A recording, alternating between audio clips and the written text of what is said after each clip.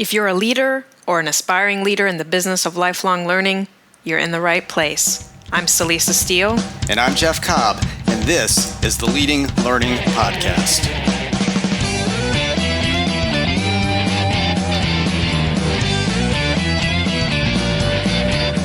Hello and welcome to episode 192 of the Leading Learning Podcast, where we enjoy a return visit from Scott Wiley, President and CEO of the Ohio Society of CPAs. We interviewed Scott back in episode 52, and it's always great to have a guest return so we can revisit and expand on the previous conversation. Jeff, you were the one who spoke to Scott last time around and this time too, so tell us, what did you cover? Well, as you noted, it's great to be able to revisit topics with a guest. And in this case, the main topic we revisited is workforce development. And this is an area that Scott and OSCPA are really focused on. So I wanted to find out how his thinking has evolved in the nearly 3 years since I last talked with him. And beyond that, OSCPA has moved towards providing consultative services to its members over the past few years and has made major strides with online learning. So we talk about those areas quite a bit also.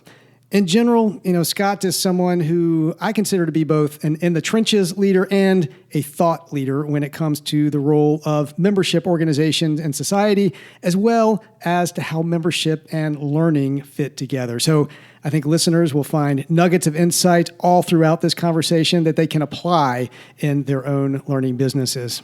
Well, insight is certainly what we aim for here at Leading Learning, so let's delay no more and roll the interview with Scott Wiley.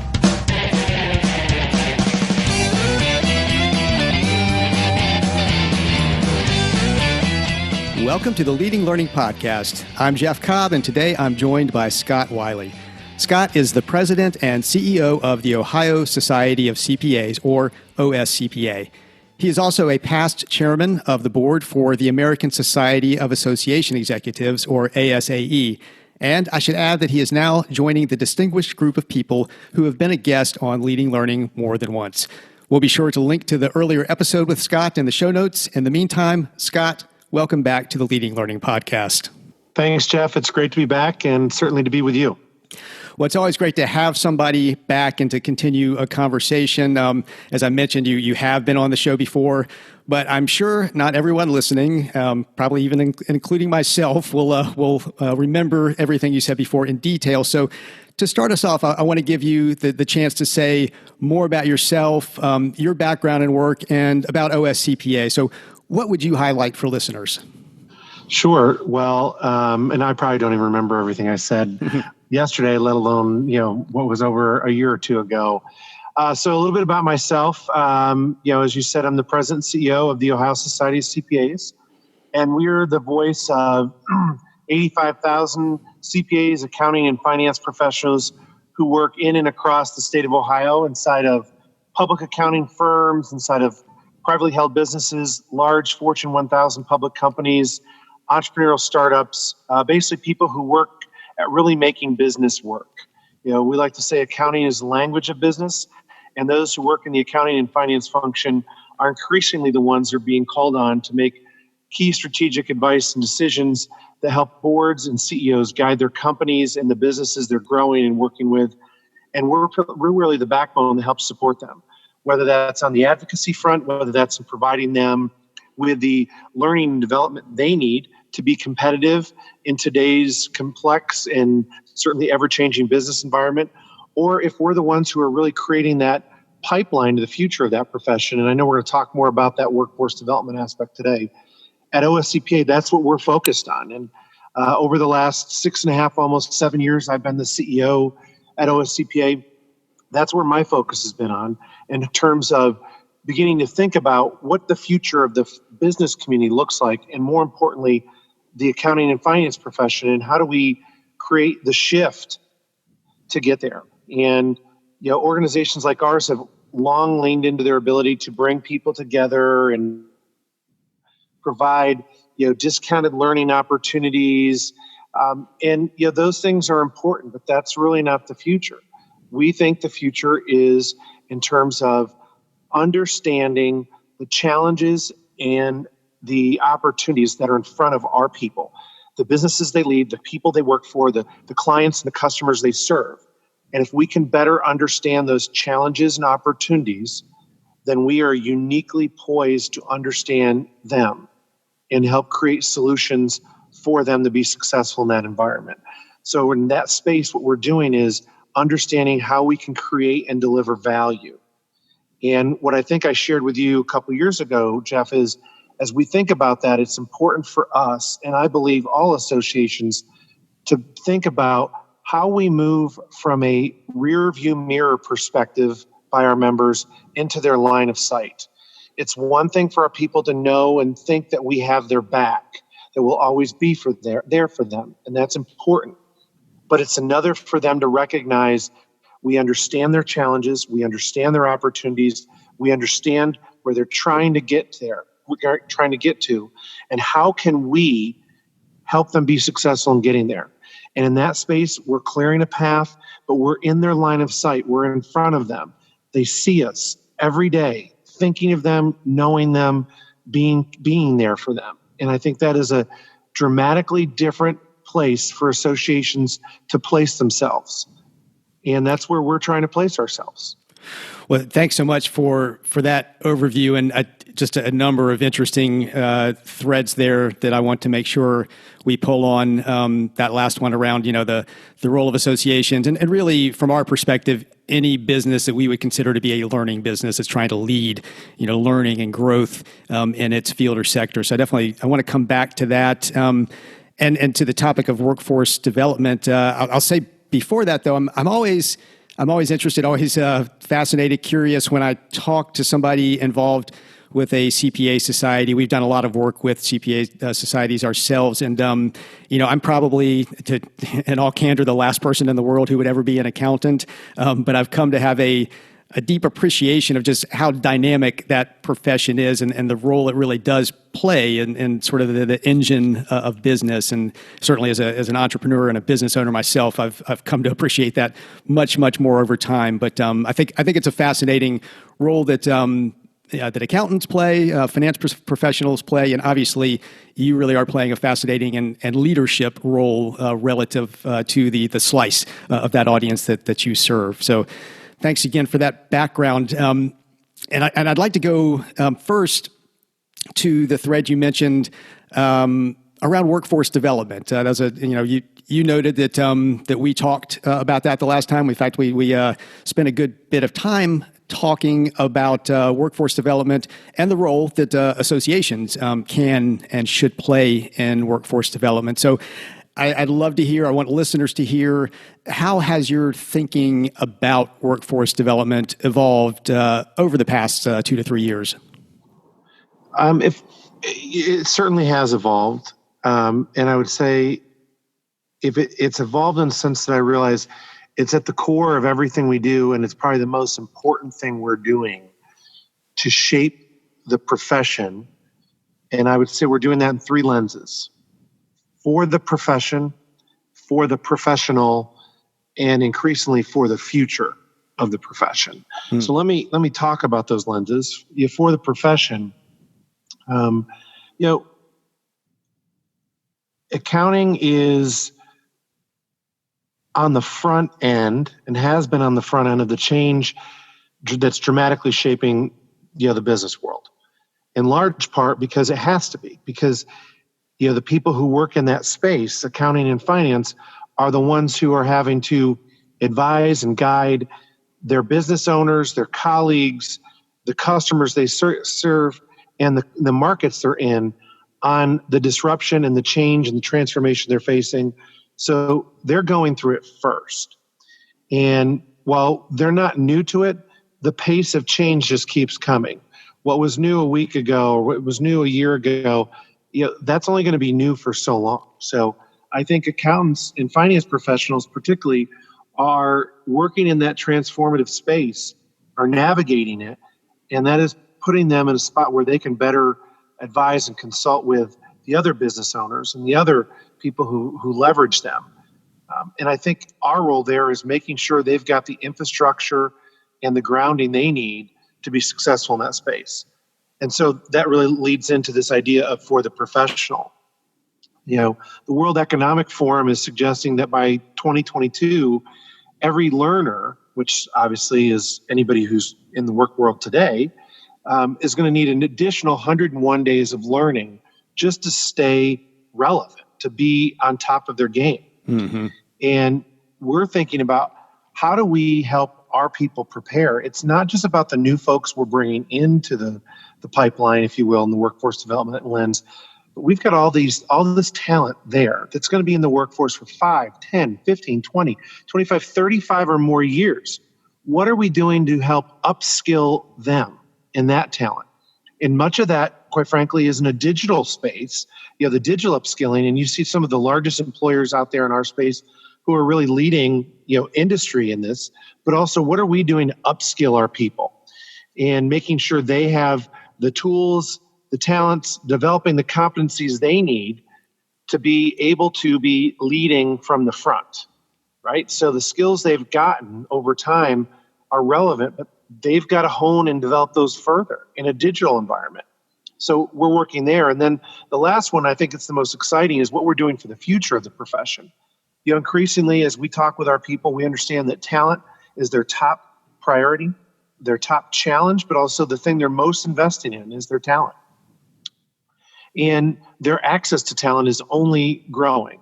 So despite everyone talking about the role that AI and machine learning and bots are going to have, and that's true, talent is still the name of the game. Mm-hmm. And the companies and the firms that are investing in it are the ones that are differentiating themselves.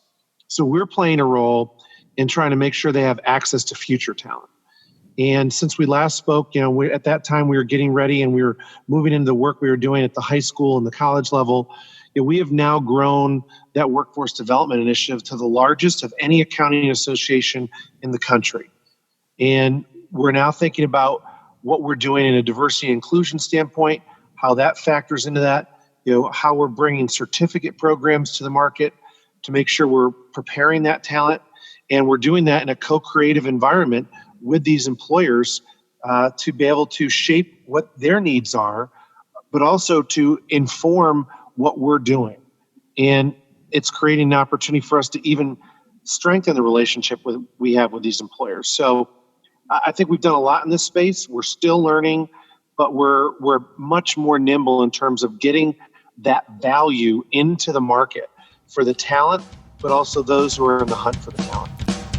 If you need a platform to help you deliver value to the talent and the talent seekers in your market, be sure to check out our sponsor for this quarter. Community Brands provides a suite of cloud-based software for organizations to engage and grow relationships with the individuals they serve, including association management software, learning management software, job board software, and event management software. Community Brands' award-winning Crowd Wisdom learning platform is among the world's best LMSs for corporate extended enterprise and is a leading LMS for association-driven professional education programs. Award-winning Freestone, Community Brands' live event learning platform, is a leading platform for live learning event capture, webinars, webcasts, and on-demand streaming. Find out more at leadinglearning.com/communitybrands. And now back to the interview as Jeff and Scott discuss what OSCPA is doing to connect with future members. And I want to come back in just a minute to that co-creation approach that you just mentioned, because I think that's very important and something that I want listeners to hear about. You mentioned, though, that you're going into high schools and colleges. I mean, what are your specific initiatives there? What are you doing to connect with your future members and learners in those environments? So I would tell you, we're really thinking about this in terms of a continuum. So in a typical, which really doesn't exist anymore, but for conversation, let's pretend it does. A typical environment, if you find a first-year high school student, so a ninth grader, and they are on a traditional trajectory, 4 years of high school, go to college for 4 or more years, and if they choose to become a CPA, they've got 150 credit hours. They're likely on a 5-year trajectory unless they came in with a bunch of AP credits. Many are. And then they're working towards licensure. So in broad strokes, we're looking at a 10-year continuum that we're working on. Well, associations get bored real easily. That's what I found. And thinking about a 10-year trajectory and building a continuum is something that you've got to think about. How am I keeping my board focused on this? How am I keeping my staff team focused on this? How are we demonstrating resilience? What are we looking at in terms of benchmarking? And that's where we are, now roughly 2.5 years into that work. So we've got about 2,500 high school students in our project right now. Where our team is going in and building relationships with parents, with guidance counselors, with teachers, many of whom have a limited view of what a CPA does. They think a lot of them just do taxes. Some do, but most aren't. And certainly with students. And, today in high schools around the country, if there's an accounting course taught, it's not taught by a CPA. It's not taught by, a credentialed professional. Sometimes they're taught by the home ec teacher or the PE teacher on the side. So at best, they're getting debits and credits. And there's so much more to this profession and the opportunities there. So we want to make sure we're exposing that. We also know we're up against heady competition with STEM. It's got federal research dollars to go into schools. And so we're putting the resources in to send our team in, to send CPAs in alongside of them, to begin threading the needle about this as an opportunity profession, a choose your own path, choose your own adventure profession.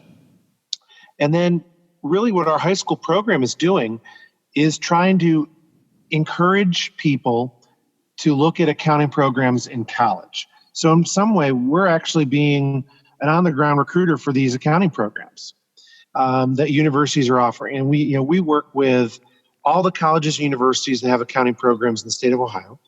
At about 20 of those, we actually have a paid student ambassador that's funded in full through our charitable foundation, who's working in concert with our team of professionals and our staff to build interest in the career, to build interest and awareness of the opportunities. And we've got about 8,000 students, maybe a little bit more than that, on college campuses now who are a part of that pipeline.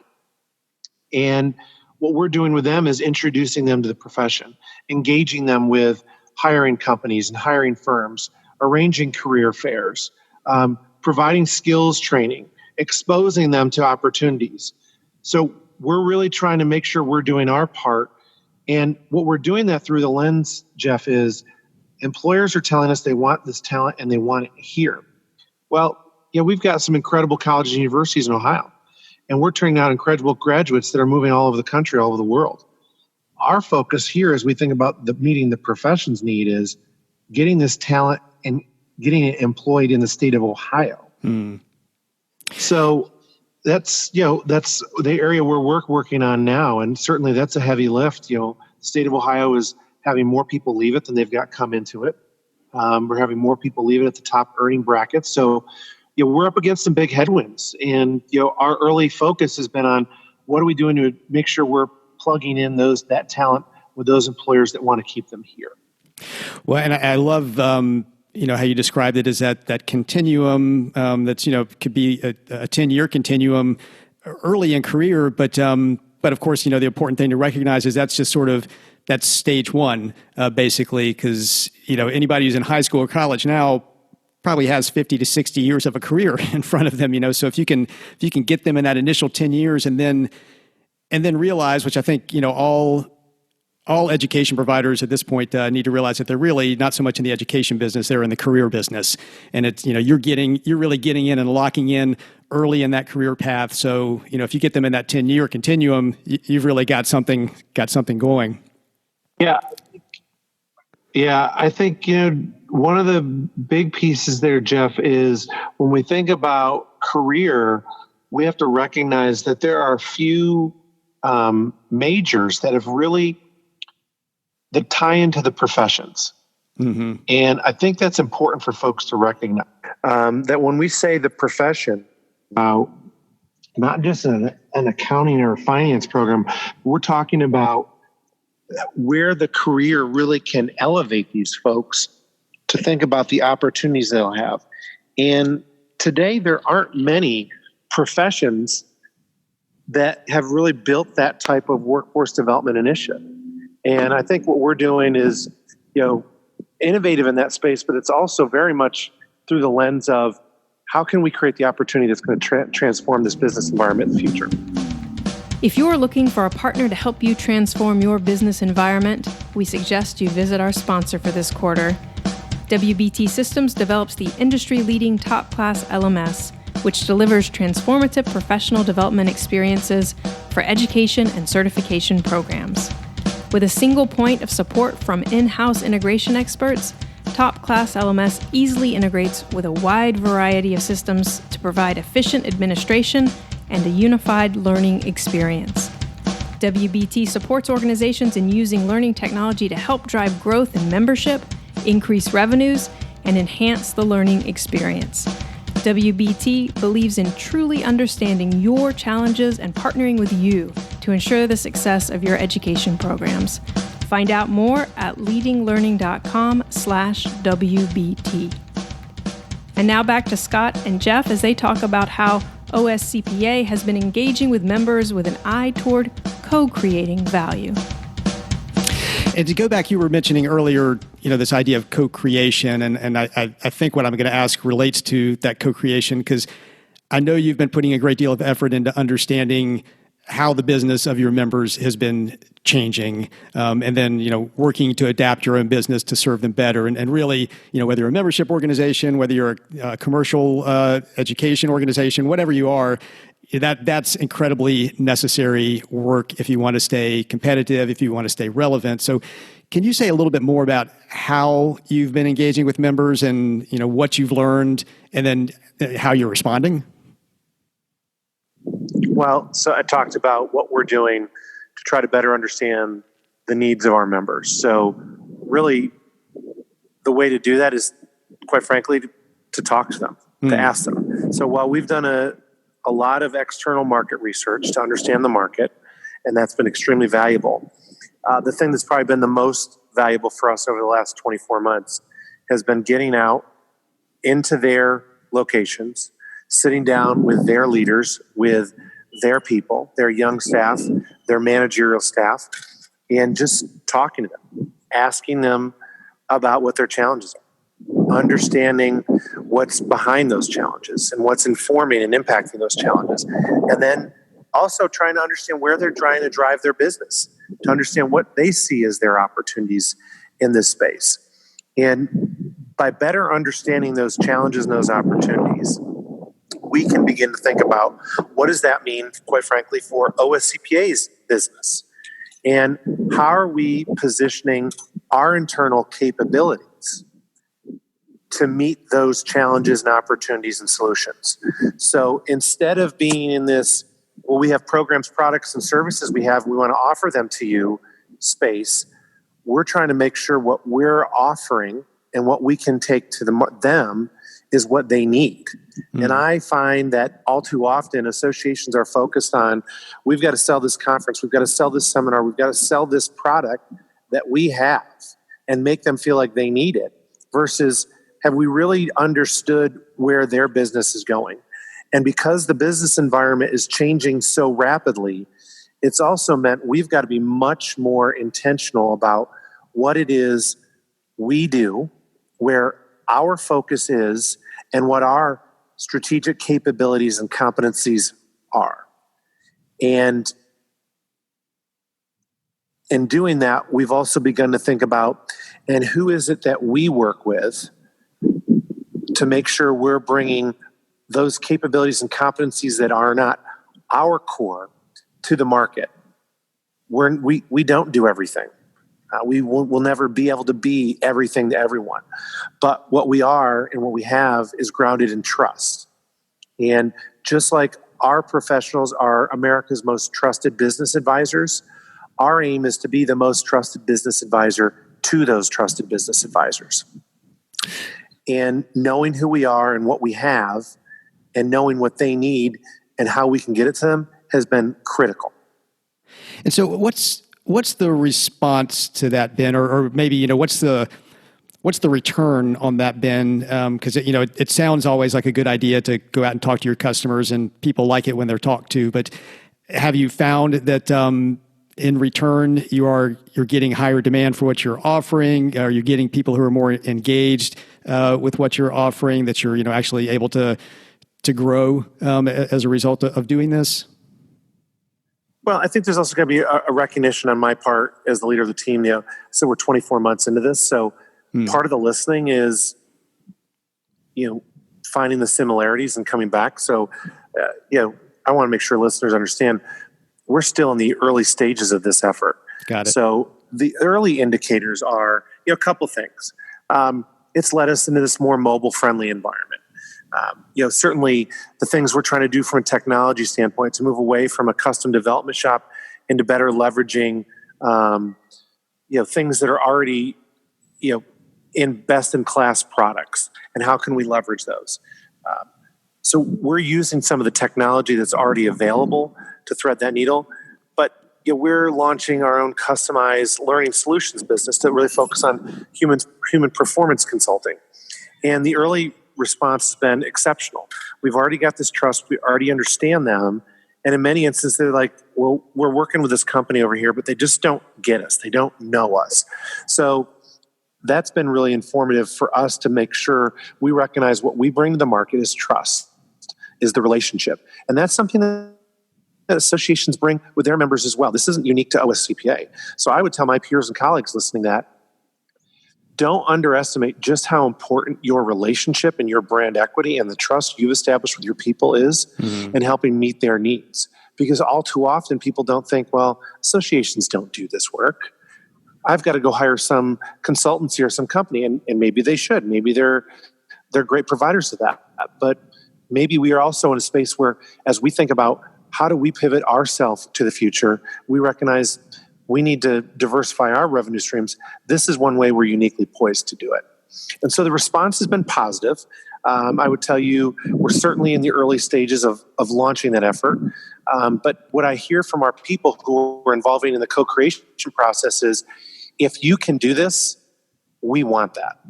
And therein lies the big issue for associations. If you can execute. Right. And so we've invested heavily in our internal competencies and capabilities to focus on that. Adding project management expertise to our team. Making sure that the team we have actually has experience in that. So I've hired folks, out of a corporate environment, our own people who are our own members, or more importantly, people who were our members and were no longer, and brought them into our team to strengthen those skill sets. And that's been a very positive experience for us. Well, and I'm glad you mentioned the performance consulting initiative, because as you said, so often an organization will tell itself, well, that's not what we do, basically. And I think certainly most associations don't view themselves as in the consulting business. Most education providers may not consider themselves as being in that business. So that's clearly one way you've evolved in how you're interfacing with and providing service to your members, to your customer base, essentially. What are some other ways in which your business model, as it relates to the business of learning, has been evolving? I've spoken to Josh Goldman, for example, your VP of learning, and Josh has been on the show before, and he noted that that you are re-examining what you choose to build yourself versus partnering, for example. And you referenced partnering not too long ago in our conversation. So partnering to create or license or adapt from other providers. What are some other examples of how you're evolving as a learning provider at this point?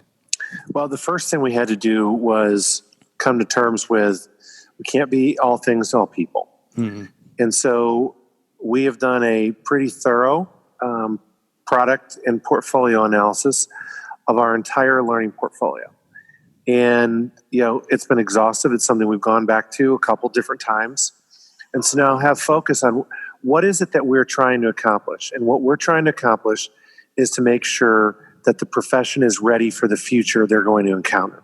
And no one really knows what that future is, but we know they have to be agile, they have to be nimble, and they have to be thinking about themselves as relationship individuals, as trusted business advisors. They're not in it just for the numbers. People don't count on CPAs and accounting and finance professionals just because they understand numbers. They count on them because they can communicate complex information in increasingly less complex ways. So we've got to help our folks be able to understand that. So how are the conferences, the seminars, the webcasts, the webinars, the on-demand learning, how is what we're doing in that space really doing that? How is it giving them the skills and competencies they need? So it's not just communicating technical information, but we're building that competency. It's part of our upskilling initiative. And then in looking at ways that we were doing continuing education and learning that wasn't in support of that, we had to cull the portfolio. And we have significantly thinned our portfolio in that regard. Knowing that there's still need out there, we are working with other providers who do that type of technical training and bringing them into our market. Now, because we're facilitating that learning, we're still viewing that as a business opportunity and have worked to make sure we've grown those margins, I think, to ones that are very healthy for our organization. But in doing so, we're custom developing less, and we're now able to focus more on developing that performance consulting solution skill set that we think is critical for the future of the profession and critical for us to develop that competency in our team to be viewed as credible and relevant in the market space. I talked a little earlier about the work we're doing with our workforce development initiative and how that marries with our learning and development initiative around this idea of creating certificate programs, to meet people's needs, whether it's in cyber, whether it's in, other types of, finance and technology space, to help people, again, demonstrate they have the capability, the competencies, the skill sets that are going to be relevant in the marketplace to help them be successful, to meet the needs of a changing business environment. And then the other one we're working on right now, Jeff, is this idea that, again, we have this relationship, we have this trust. And part of our outreach, so in the last 24 months, we've been in front of probably 250 different employers. And I would say these are the top businesses in our states, whether they're accounting firms or Fortune 1000 companies or privately held or entrepreneurial startups. We've been in front of them to understand their challenges. And now we're actually meeting with them to talk about the solutions we can provide to get there. And we're focusing those in some core areas to our business. But that's really taking this, hey, if you can deliver this, we want that, and demonstrating that we're not a one-trick pony. We don't just put on great conferences and seminars with great F&B and a great experience. We can actually come into your business, understand your challenges, understand your opportunities, demonstrate to you that we do understand them, which is critical, and come back with solutions that help you overcome those challenges, that help you create and seize those opportunities, and help you be successful in the market. And in that place, in that moment, we have moved from a have the back rear view mirror lens to a in your line of sight, helping you get where you want to go lens.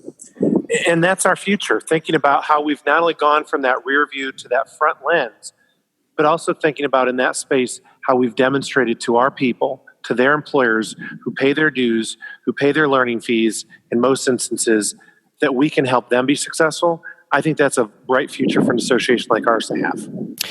And what I like about that is, clearly you made that hard effort to focus, as you said, to cull the portfolio, which so many learning businesses need to do, and stop trying to be all things to all people. So you did that, and then I think as a result of that, we're able to go deeper and really deliver better in the areas that you chose to focus on. Does that sound like a correct characterization? Absolutely. Well, that's fantastic, and definitely a key lesson, certainly for all learning businesses. I think probably for just about any type of business to do that, to get that kind of strategic clarity. Now, before we wrap up, this has been a great conversation as always. But I want to jump up to kind of a higher level, and then down to a more personal level. And at the higher level, I'd love to hear about, I'd like for listeners to hear about what are some of the key trends that you're tracking right now that you really feel could have an impact on OSCPA down the road? Well, I think there's a couple of key trends that we're keeping an eye on. One, I'll call it a global trend. Everyone's focused on what's happening, in the workforce, particularly, how we've got fewer people who are doing the work of more, that we're seeing that everything we do, how people who can leverage the new efficiencies, whether they're technologies, our methods of work, are finding their way to success. But I also think one that should not be underestimated is the preparedness for an ambiguous environment. That is the differentiator for talent. I think those who can be comfortable in an ambiguous environment differentiate themselves by their ability to be successful. And one of the things we're focused on, particularly given where we are in Ohio, is, I mentioned this earlier, we've got fewer people moving to our state than we have leaving our state. Those that are leaving are typically at the higher end of the earning potential than those coming in. Our population is shrinking.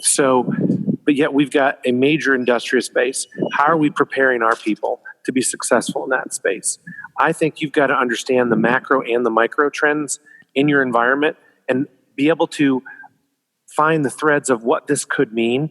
And then you've got to be able to demonstrate to your people that you're watching these trends and you know what it could mean to their business. I think that's critically important. Definitely.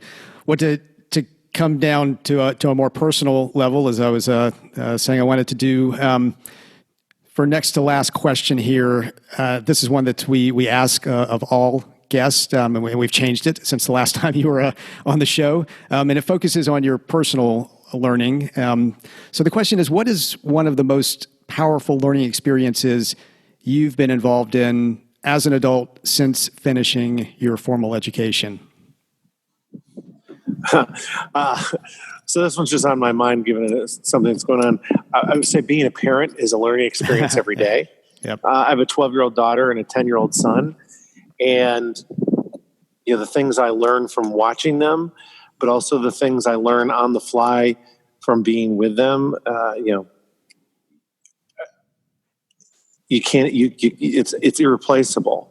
I think probably even a more sophisticated answer would be probably one of the most incredible learning experiences I've had has been really alongside of our team. We're as we navigate this, we're really in uncharted territory for us.